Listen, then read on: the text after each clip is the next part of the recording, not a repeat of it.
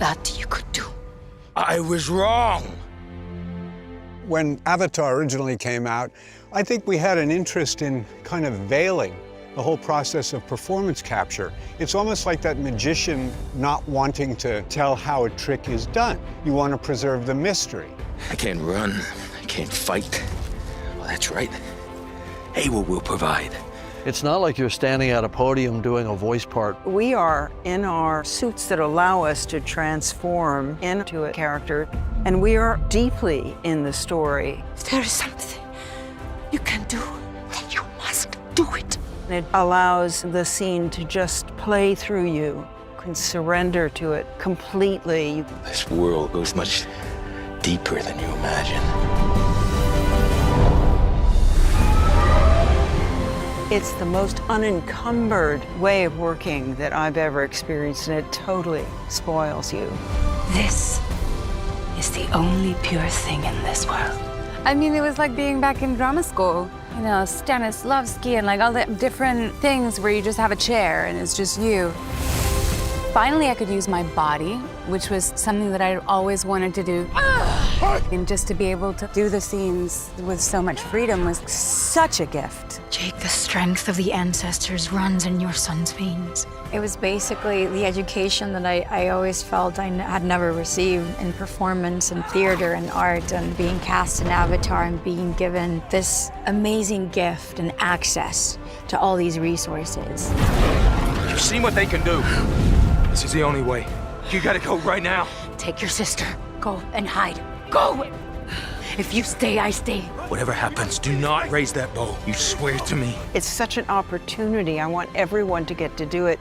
You're free. My God, you're so free, and especially working with a director as generous as Jim, who loves these characters and supports his actors. And it really gives the creative people so much freedom.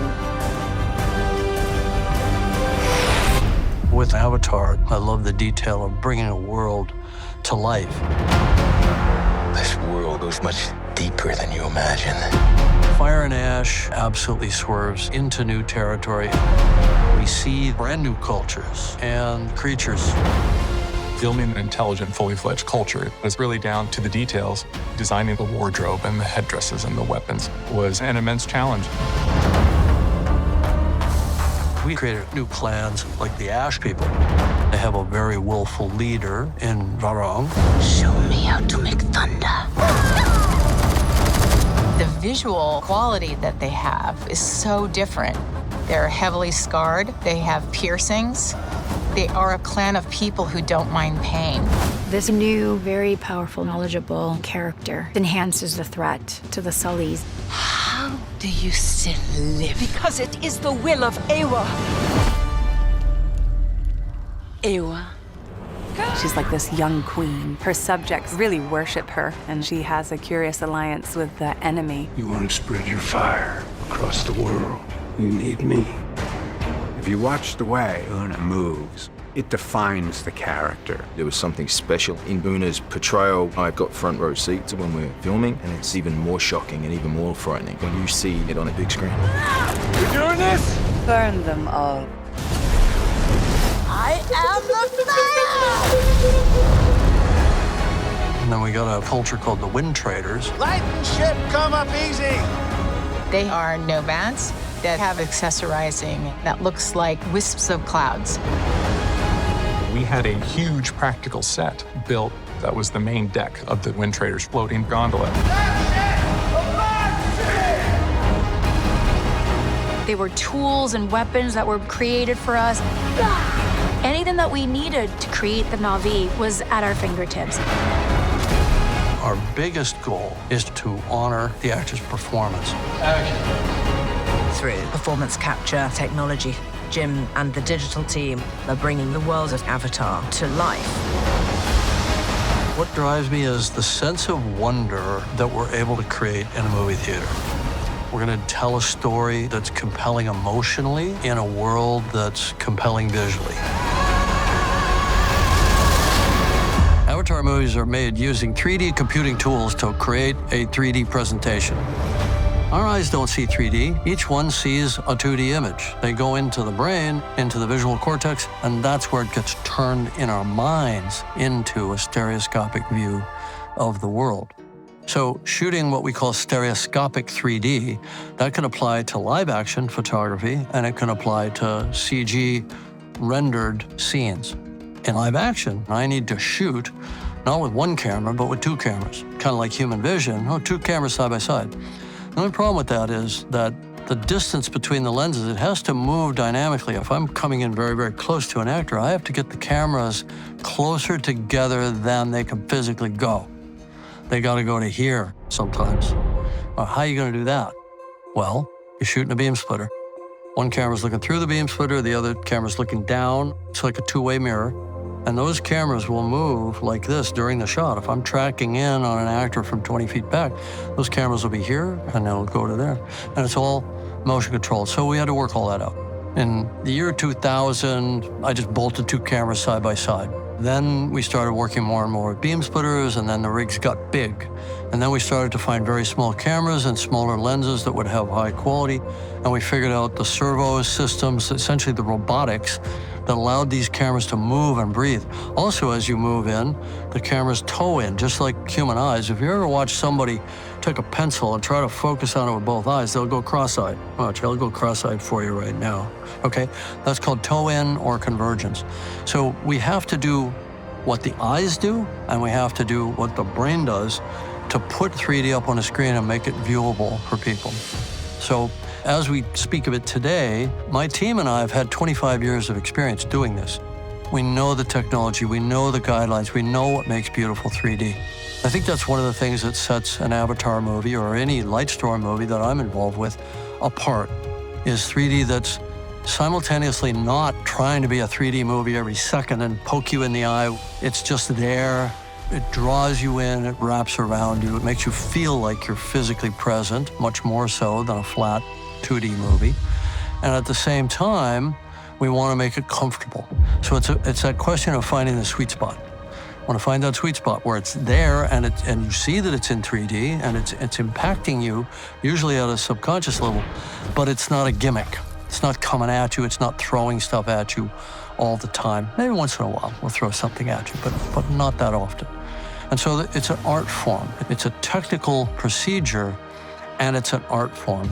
You know, we have to think of it like a score. Sometimes we want to be loud, sometimes we want to be quiet. You know, it's like the sound design of the movie. There's also the spatial design of the movie. And that's very important to us as artists. I don't think anybody goes to a movie because it's in 3D these days. I think you associate 3D with a certain type of filmmaking, a certain type of world building that you want to go and see on the big screen, and the 3D is just part of it. It's like the color, it's like the lighting, it's like the scope and scale of the world. And they all support each other, like the parts of an orchestra. And so, you know, like I could talk about 3D for hours, but that's sort of my approach and my philosophy. I can't wait to share more of Avatar: Fire and Ash with all of you when it comes to theaters, December 19th. If you thought that Way of Water was big and impactful, Fire and Ash is going to be an experience unlike anything. It's a culmination, in a way, of the whole adventure across the previous two films. Fire and Ash is almost a direct step from the end of the second movie. It's literally where we see them starting to tear. You said you could protect this family. I was wrong. Your goddess has no dominion here. Movie making and all its technology has finally caught up with Jim Cameron's brain. And that's what is enabling him to create this world. Jim invented this technical world that makes it possible to go out on an empty stage and ground us. We've got to evolve it to be able to bring people on a new journey, a new adventure. The stakes are super high right now. No, please, please! It's the continuation of this saga that has all the action that a James Cameron movie has, as well as things that no one's ever seen before on a big screen. There's something you're hiding. Tell me the truth. Tell her it is time.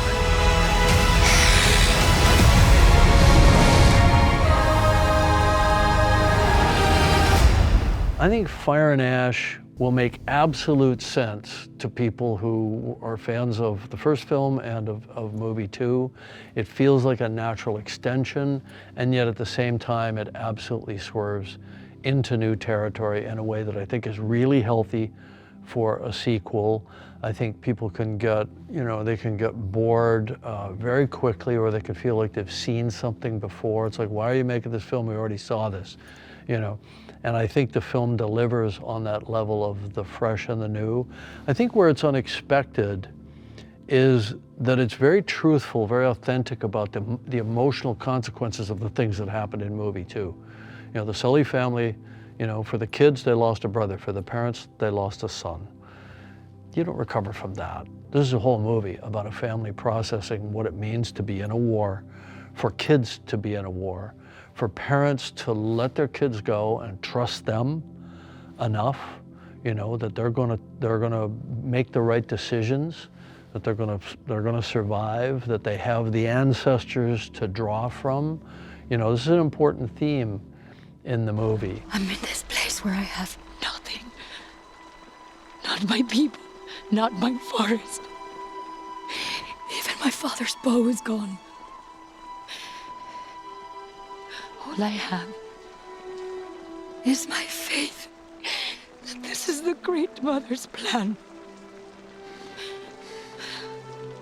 You have this family. I think one of the things that keeps coming up in this part of the story, which was a hangover also in the Way of Water, is Jake's reluctance to take on the mantle of Turok Makto.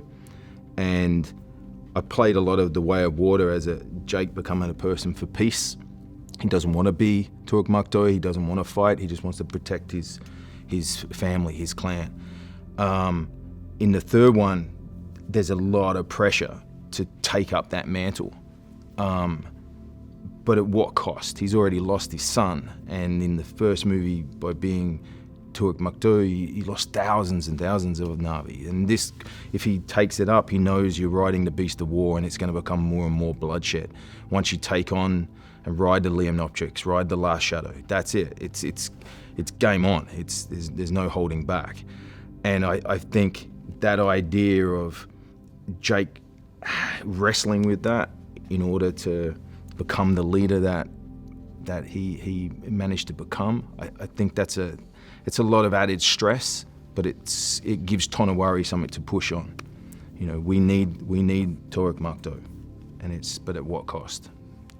And I think that's a great dynamic that we kept exploring, and we're still exploring. Sam is my brother, in so many ways, and we've kind of grown up together. We were given an opportunity of a lifetime as young up-and-coming, actors, to work with one of our giants. And I really do believe that it's the gift that keeps on giving. It's not a coincidence, and it's not lost on me that Sam and I have still managed to stay and keep in touch throughout the years. And as we have grown, not just as professionals, but primarily as people, to be a part of each other's lives at whatever capacity has been a true gift for me. I love him with all my heart. Come on.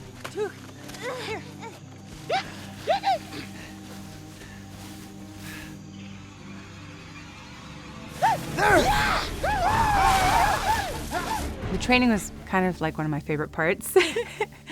I spent most of my career in a corset, and finally I was getting to use like the fullness of my body, and that was, in the fight training and the sticks. Gosh, I can't even remember the style of fighting that we were doing, but with like these sticks, so cool. And then the bugong, and then the archery, and like all of those pieces that are just like, I've always just wanted to do that, just for fun, and for learning how to fill my body and how to use my physical being to like exert force and energy into the world, in a good way, not like Varang. But it was also fun to explore it in her terms, because the level of conviction that I needed in order to have the force, the power of my word and the power of my gaze, and to really feel like the queen that Varang, in earnest is. There's no crutches.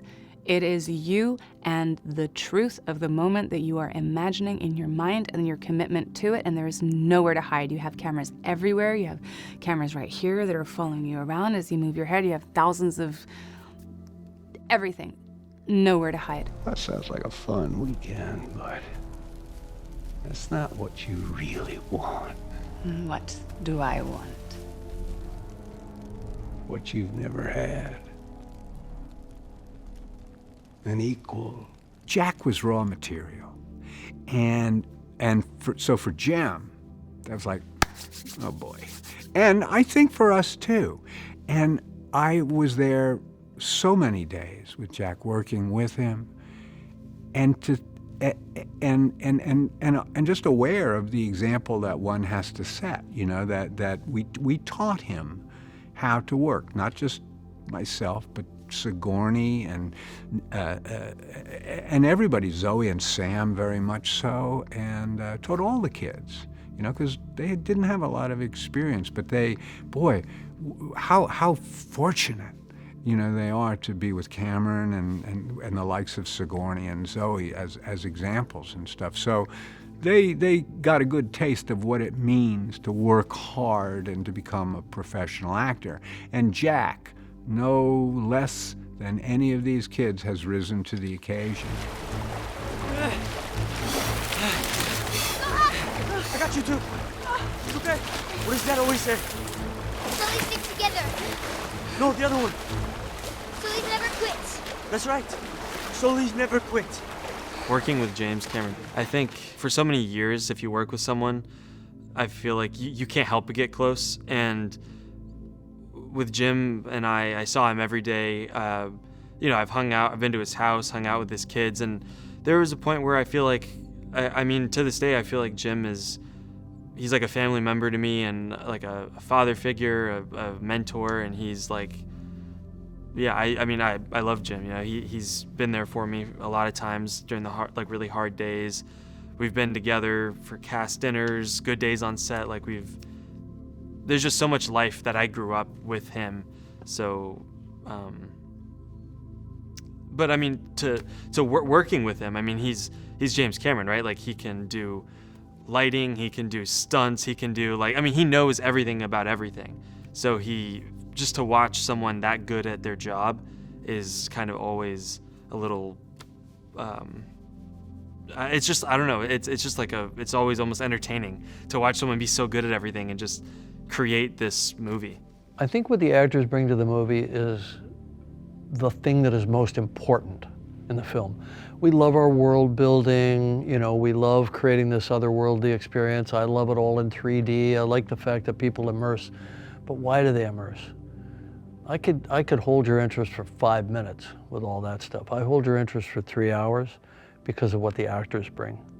They bring the heart, the soul, the angst, the pain, the joy, all of the things that we want to feel as an audience when we're in that theater. We want to go on a journey with characters. We only care about the characters.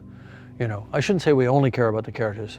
The eye candy that we create around that, the creatures, the specificity of how you saddle up a marine creature or a flying creature, these things that are tactile, that connect us. It makes it feel like this fantasy world is real. Even that, in a way, you think it's the actors. The actors make you believe that it's real people in a real situation, no matter how outlandish it may look. And that's a critical thing. As a character, he made the choice that he would always make sure Kiri felt completely loved, accepted, and supported by him. And I can feel that commitment when I work with Sam. He's sort of like the rock for me. He can't do anything that's untrue. And it's very exciting to work with someone like that. The death of a child is such a, look, it's so guttural, and they couldn't stop it. It's a will from some other kind of force, and it's so devastating, and whether there's a way through that, that is what Fire and Ash is about. It's about grief, it's about healing, it's about suffering, and it's about how you rise, I guess, from such pain. And, you know, it's not necessarily about distinguishing grief, because the Na'vi have a way of reaching out to the dead through Awa, but it's about how you can continue when a force way outside of your being rips you apart. Locke thought he was outcast before. He thought he was alone before. No one understood him. And now I don't think he even understands himself. You know, we all have that hard-headedness sometimes where we're like, you know, everything I'm saying is right. You know, they just don't understand. And now he's questioning himself, and everything that he thought was bad got worse. People are not understanding him. People don't see him. Now he thinks his dad, you know, he didn't think his dad respected him now. Before he thought, my dad doesn't respect me. Now he thinks my dad hates me. And everyone hates me, and this is my fault. And he blames himself, and he hates himself, which is the saddest part. I love the action scenes. I feel like we don't talk about it enough, because I feel like with Avatar, we're always like, it's about a family. It's about, you know, yes, there's touches on like environmentalism, but really it's about like the relationships we have with each other. It's also just a fun film. Like, can we just like sit back and just say like Avatar is it's a fun franchise. There's so much action. It's action packed. And Jim spends so much time talking about the action and wanting it to feel, and the story behind every punch. And I think that is so fun. And then there's like flying banshees, and then like they're also fighting in the water, and then like there's like floating mountains. It's just like everything you could imagine, everything you can think of and more in your imagination of a fight scene and action, and then like it's just there in a film. I think I love that about Avatar. Not only is the older cast so great at what they do, but they are also such amazing people and really embraced us younger cast with this warm, welcoming energy. Being on set with them was so crazy and fun, because I learned so much just getting to watch them do their thing and be in their zone. And also got to look up to these people and who I admire so much. Yeah, Zoe and Sam are parents, and they're very caring people, and so having them as on-set parents was super cool and fun. And it was an honor to be sisters with Sig and Oona and Slang. Although they play these vicious characters, they are such fun people, and were always really kind and brought this contagious energy to set. And Kate is epitome of graceful elegance, and just the whole adult cast. I could go on, just how awesome it is to be on set with them every day. I sort of feel like the world of movie making and all its technology has finally caught up with Jim Cameron's brain, and that's what is enabling him to work in the way that he now does. I mean, it's fantastic how I think Jim has changed as a creative. I feel what was lovely to sort of witness and experience was the time he really gives to all the actors. I mean, if someone had a question, everything would stop. The cameras would go down, and the conversation that needed to happen would happen, and it would be given ample time. What drives me is the sense of wonder that we're able to create in a movie theater. You know, it's just that joy. It's the joy of working with artists that get what we're trying to do. We're trying to show something that people haven't seen before. We're trying to tell a story that's compelling emotionally in a world that's compelling visually. It's pretty simple, you know. So I have as much fun working with the artists that are doing the world building and the creature design and all that, and we got some humdingers coming, not just in 3, but in the ones beyond that. Some pretty great stuff I can't wait to do.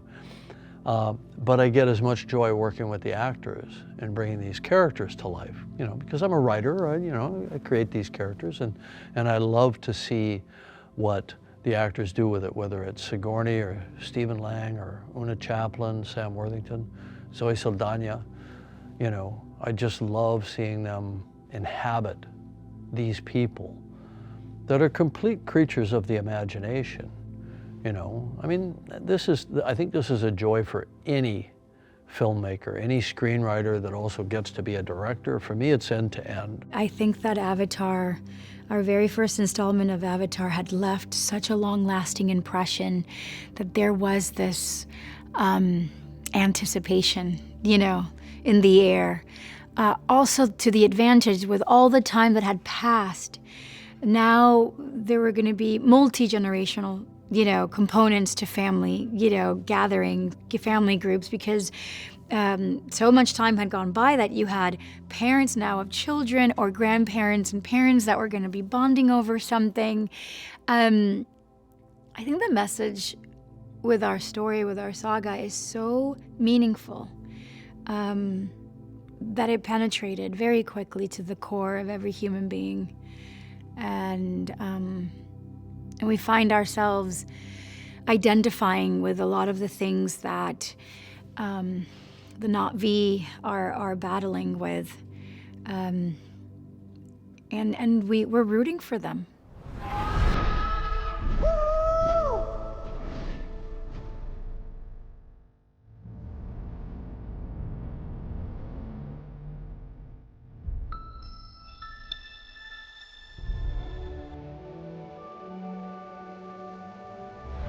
The strength of the ancestors is here.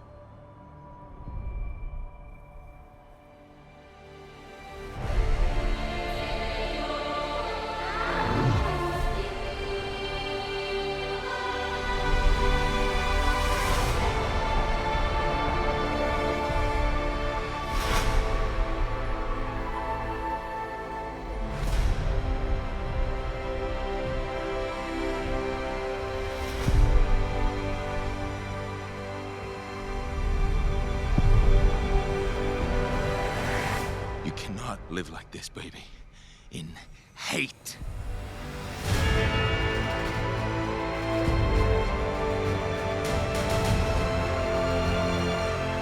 If there is something you can do,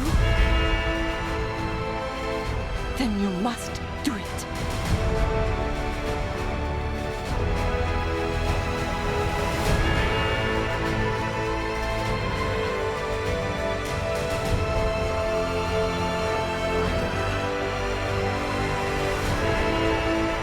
Children!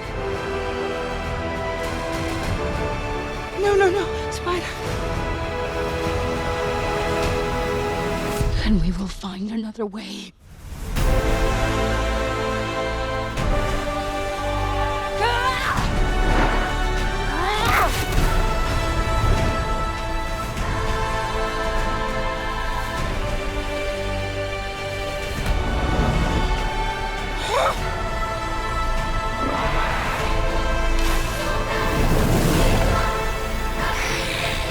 Your goddess has no dominion here.